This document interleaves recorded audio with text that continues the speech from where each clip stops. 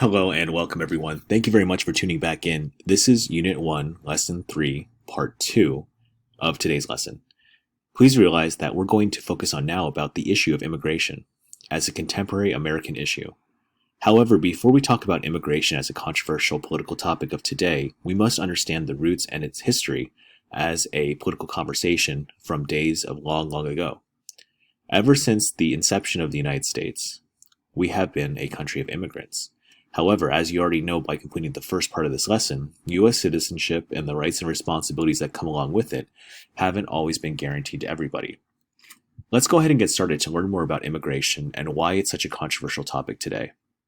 Remember, while viewing this presentation, you should be completing any guided note sections or key concept questions on your Google Doc for full credit. Let's get started.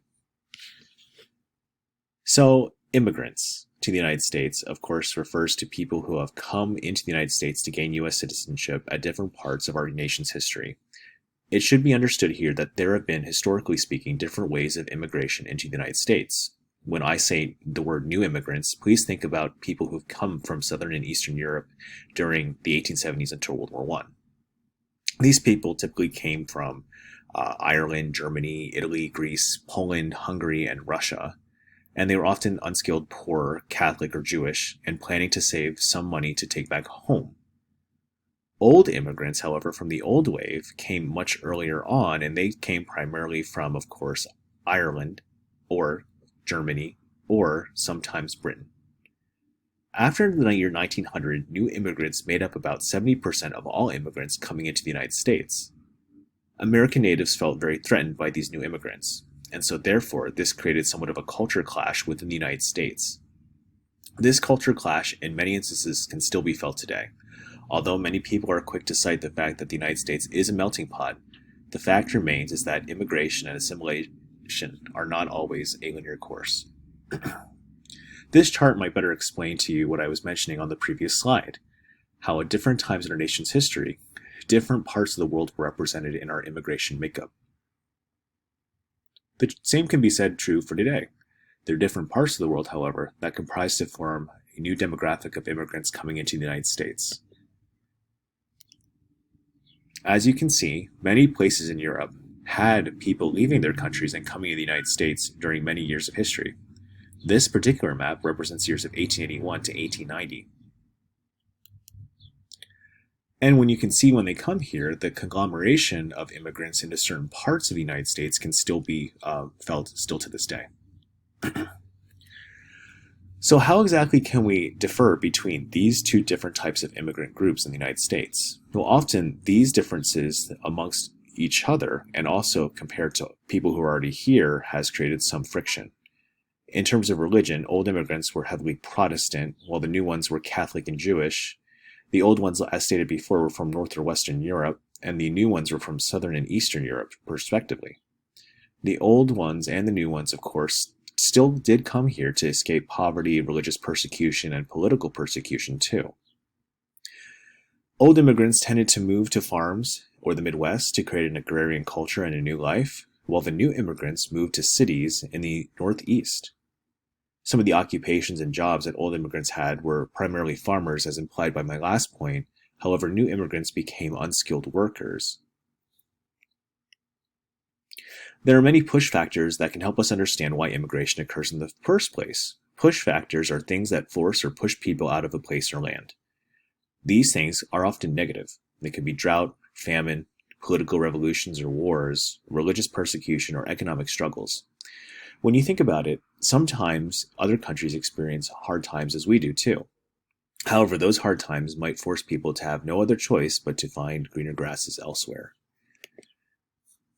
Let's look at some of the historical push factors. For example, in the 1880s, farmers had a difficult time in Mexico, Poland, and in China, and thus flocked to the United States. In the 1840s, many wars and political revolutions in China and Eastern Europe caused economic collapse and troubles. Russian and Eastern European Jews even faced religious persecution and fled to the United States for safety. Pull factors, however, tend to be more positive things that actually attract people to a particular place or land. In the United States, many immigrants found that the plentiful land, the employment opportunities, the religious freedom, the political freedom, and the prospect of creating a new life were all that created this construct of the American dream, which should be attainable for them and to all. So these pull factors have historically driven people to come to the United States. And arguably, these pull factors are in many ways still in place today for many people looking to come to the United States and gain U.S. citizenship. Historically speaking, the 1862 Homestead Act and aid from railroad companies made Western farmland inexpensive and all the more alluring to people. Workers were recruited from homelands to build railroads, dig mines, and work in factories, and many wanted to just to find gold. Chain immigration became popular too, where basically you would come to be with your family or friends who had gone before to start new lives, and more people would come to join your family unit. Chain immigration is still a phenomenon that still takes place today. Historically speaking, we must talk about the journey to America to understand the immigrant experience. Many immigrants could barely afford a ticket to come to the United States. The cost was truly tremendous. They could only pack what they could carry in most cases, like clothes, a photograph, tools for their trade, and that was pretty much it. Many would wait in line for hours and hours to try to get on a ship, and in many cases it was very dangerous to do just that. Keep in mind the transportation systems in the United States and, of course, come to the United States were pretty primitive even for those times that were mentioned before. Often, many immigrants stayed in steerage, which is where most immigrants traveled when coming to America. Steerage is often deemed to be the lowest part of a ship and often the most inopportune for them to stay. Steerage was located on the lowest decks of the ship with no private cabins, and it was often dirty and crowded, with bad air and sanitation. Seasickness was an issue in rough weather, and illnesses spread quickly in the lower decks, so even before actually reaching mainland America, most of these immigrants began to feel very, very ill. This is not an over-exaggeration. As you can see, many people, of course, flocked to the United States in droves and were willing to make certain sacrifices on their voyage over here to come to find the prospects of a new life to be a reality. When immigrants arrived in America, there were primarily historically two ports of entry in the United States, Ellis Island in New York City and Angel Island in San Francisco Bay. To enter the ports, immigrants had to be healthy and show that they had money, a skill, or a sponsor to provide for them. They had to go through a series of health tests and evaluations and could possibly be sent back to their homeland if they did not meet proper guidelines. This, of course, would prove to be a very controversial system once enacted. Ellis Island was built in 1892 as the first immigration center in the United States. Later, it closed in the 1940s, and today it is now a museum. The goal was to screen immigrants coming from Europe exclusively, and immigrants took physical examinations and were held at Ellis Island before they were released to the U.S. mainland. The main reason for this was to be proactive in the sense that we would not be allowing the American populace to be exposed to harmful diseases from immigrants. Ellis Island specifically was unique in and of itself. Although most European immigrants came through here in New York City, the first and second class passengers were inspected on the ship and then released. Third class passengers, however, had to go in to be inspected more thoroughly. A series of medical and legal inspections would take place before you were allowed to take a ferry into the city. Ellis Island was the more welcoming of the two ports, that's for sure. However, to actually make it through the entire experience would sometimes take weeks on end. As you can see, many people would cluster in long lines just to get through the citizenship process at Ellis Island. Mind you, this whole process, as stated before, could take longer than expected depending on your situation, and depending on if anything showed up in your health inspection or legal documents. Angel Island, however, was exclusively for most Chinese and Asian immigrants that came through here, like San Francisco Bay. It opened in 1910, and they made it very hard for Chinese immigrants specifically to come into the United States fully and freely. Most had to prove that they were American citizens to be let in some capacity. Immigrants were sometimes left here for days or weeks in poor conditions, much more substantially poor than what you would find on the East Coast around Ellis Island.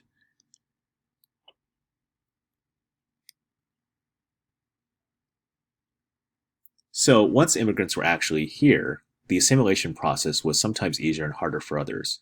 The word assimilate means to fit in. Most immigrants stayed in cities and lived in ethnic neighborhoods called ghettos, and these neighborhoods would share the same language, religion, and culture. You can think of them as ethnic enclaves too. By 1890, many cities had a huge immigrant population. About 4/5 of people in New York City were immigrants, in fact. You'll still find today in New York City and many of our other metropolitan areas that there's a heavy immigrant population. Americanization is a term that refers to helping newcomers learn the American ways of life, like our language, our customs, our dress, and our diet. Many immigrants did Americanize, however, some stuck exclusively to their ethnic and native ways. In many cities, Americanization institutions across the metropolitan areas grew to help immigrants fit in. America became known as the melting pot, where different cultures and ethnic enclaves would come together and fuse together as one American identity. Immigrants usually stuck with their native cultures, but children of immigrants were more likely to adopt American ways. However, the experience wasn't easy for immigrants once they got here and attained full U.S. citizenship. Nativism would often rear its ugly head. Nativism is the belief that native-born white Americans were superior to their immigrant counterparts. The main reason why these feelings existed and persisted is because they posed competition for jobs and homes, which often fueled resentment, and religious and cultural differences caused tensions as well. In fact, tensions were so high at one point in time that the Chinese Exclusion Act was signed into law by Chester Alan Arthur in 1882, prohibited immigration by Chinese laborers, limited civil rights of immigrants in America, and forbade naturalization of all Chinese residents. It should be known that this law or act was overturned in time. However, this still created a huge problem for Chinese immigrants from Asia. A later ruling said that Chinese who were already in America were considered U.S. citizens, and of course the courts would strike down this act as stated before. Although this resentment and discrimination against the Chinese is horrific today, it should be noted here that this is not the only time where the United States government acted to curb immigration and citizenship rights and responsibilities for certain demographics. Congress also passed another act that prohibited the entry of anyone who was criminal, immoral, or someone who was handicapped from coming in the United States. These were the beginnings of immigration restriction in America. Even a quota act is later going to be placed on how many immigrants can come in from certain countries across the world. Quotas are specific numbers or caps that help keep tabs on certain populations. It should be noted, however, as we close out our discussion about the history of immigration here, that immigrants provide a substantial amount of goodness to the American identity and experience. Immigrants have changed America in so many ways. They fueled industrial growth, acquired citizenship, elected politicians, and participated in elections, made their traditions as part of our American way. For example, Mexican Americans developed ranching techniques which have helped out America substantially. The Chinese, the Irish, and Mexican workers built railroads that united the country. Immigrants worked in coal mines and steel and textile mills and factories, some of the hardest jobs you can imagine. And women immigrants worked in factories as seamstresses, laundresses, and made piecework and worked as servants too. Immigrants helped the United States become a world power, and we fought in world wars with their help and won. So let us realize here, before we delve deeper into this hot topic of immigration, that the history of it is quite clear, that there are many positives and negatives about the way that the United States has handled this type of issue. Still to this day, think about this as a responsible U.S. citizen. Consider the pros and the cons of tough or lax immigration policies, and think carefully about who really should get citizenship into the United States.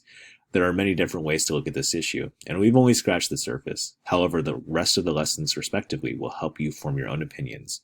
In fact, thank you for watching.